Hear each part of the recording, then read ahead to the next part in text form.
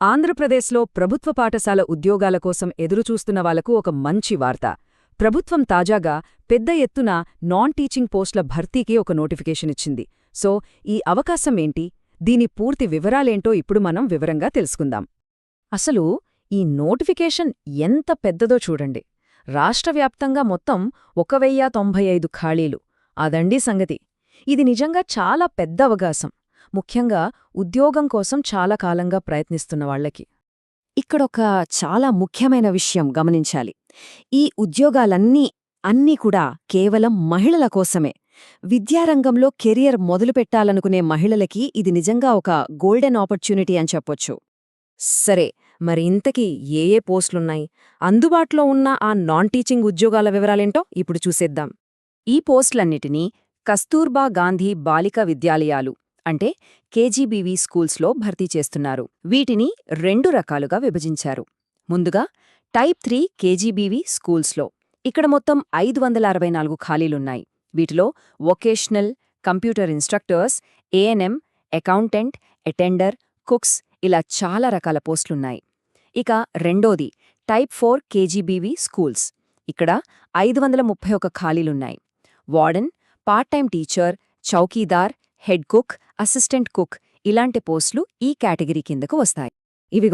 ఇవి official notification నుంచి తీసుకున్న జాబితాలు. ఇక్కడ చూస్తే ప్రతి పోస్టుకు జిల్లావారీగా ఎన్ని ఖాళీలున్నాయో చాలా స్పష్టంగా ఇచ్చారు.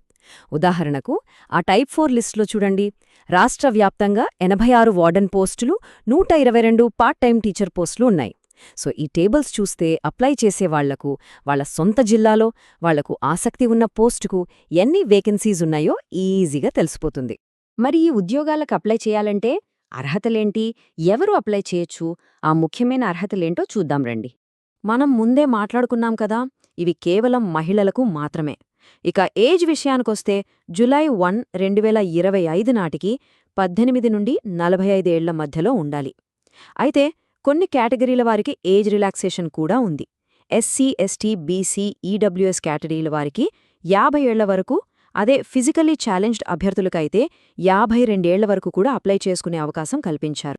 సరే, మరి చదువు సంగతేంటి అంటే ఎడ్యుకేషనల్ క్వాలిఫికేషన్స్ ఇవి అప్లై చేసే పోస్టును బట్టి మారుతూ ఉంటాయి. ఉదాహరణకి అకౌంటెంట్ పోస్టుకు అప్లై చెయ్యాలంటే బీకాం చదివి ఉండాలి. అదే వార్డెన్ పోస్ట్కైతే ఏదైనా డిగ్రీతో పాటు బీఎడ్ కూడా కంపల్సరీ. కాబట్టి అప్లై చేసే ముందు అభ్యర్థులు వాళ్లు ఎంచుకున్న పోస్టుకు ఏ క్వాలిఫికేషన్ కావాలో అఫీషియల్ నోటిఫికేషన్లో 1-2 సార్లు చెక్ చేసుకోవడం చాలా ముఖ్యం. ఓకే, అర్హతలు తెలిసాయి కదా, మరి అప్లికేషన్ ప్రాసెస్ ఎలా ఉంటుంది, స్టెప్ బై స్టెప్ గైడ్ ఏంటో చూద్దాం. అప్లికేషన్ ప్రాసెస్ చాలా సింపుల్ అండి, కేవలం 3 స్టెప్స్ అంతే. ఫస్ట్ స్టెప్, అభ్యర్థులు వాళ్ల క్వాలిఫికేషన్స్ అలాగే వాళ్ల సొంత జిల్లాలో ఉన్న ఖాళీలను సరిచూసుకోవాలి. రెండోది, ఇది ఆన్లైన్ కాదు, ఆఫ్లైన్ ప్రాసెస్. సో అప్లికేషన్ ఫామ్ను సంబంధిత జిల్లా అడిషనల్ ప్రాజెక్ట్ కోఆర్డినేటర్ అంటే ఏపీసీఓ ఆఫీస్లో సబ్మిట్ చేయాలి. ఇక ఫైనల్గా మూడో స్టెప్, ఇంటర్వ్యూకి ప్రిపేర్ అవ్వడం. ఎందుకంటే సెలెక్షన్ మొత్తం వాక్-ఇన్ ఇంటర్వ్యూల బేసిస్ మీదే ఉంటుంది. ఇదిగో ఇక్కడ అఫీషియల్ టైమ్లైన్ చూడొచ్చు.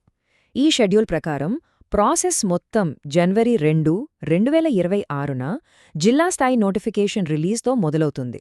అప్లికేషన్కి లాస్ట్ డేట్ ఎప్పుడు, ఇంటర్వ్యూ డేట్స్ ఏంటి, ఇలాంటి వివరాలన్నీ ఆ నోటిఫికేషన్లోనే ఉంటాయి.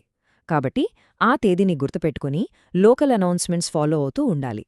ఇక చివరిగా కొన్ని చాలా ముఖ్యమైన రూల్స్ అండ్ కండిషన్స్ ఉన్నాయి.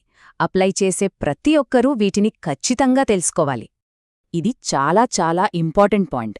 నోటిఫికేషన్లో చాలా క్లియర్గా మెన్షన్ చేశారు, ఈ నియామకాలన్నీ పూర్తిగా అవుట్సోర్సింగ్ మరియు తాత్కాలిక ప్రాతిపదికన ఉంటాయి అని. దీనర్థమేంటంటే ఇవి పర్మనెంట్ ప్రభుత్వ ఉద్యోగాలు కాదు. ఈ విషయాన్ని అభ్యర్థులు బాగా గుర్తుపెట్టుకోవాలి. అప్లై చేసే ముందు ఇంకొన్ని విషయాలు కూడా మైండ్లో పెట్టుకోవాలి. మొదటిది, లోకల్ క్యాండిడేట్స్కి ఫస్ట్ ప్రిఫరెన్స్ ఇస్తారు. అంటే స్కూల్ ఏ మండలంలో ఉందో ఆ మండలానికి చెందిన వాళ్లకే మొదటి ప్రాధాన్యత. ఇక జీతం విషయానికొస్తే అది ఏపీసీఓఎస్ గైడ్లైన్స్ ప్రకారం ఇస్తారు.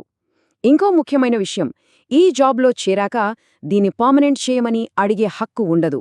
చివరగా అవసరమైతే ఈ మొత్తం రిక్రూట్మెంట్ను క్యాన్సిల్ చేసే లేదా మార్పులు చేసే అధికారం స్టేట్ ప్రాజెక్ట్ డైరెక్టర్కి ఉంటుంది. మరి 1000కి పైగా పోస్టులతో ఇంత పెద్ద అవకాశం ముందున్నప్పుడు విద్యారంగంలో ఒక కొత్త కెరీర్ మొదలుపెట్టడానికి ఇది సరైన సమయమంటారా? ఈ వివరాలన్నీ చూశాక ఎవరి భవిష్యత్తు ప్రణాళికలకు ఇది ఎంతవరకు సరిపోతుందో వాళ్లే ఆలోచించుకోవాలి.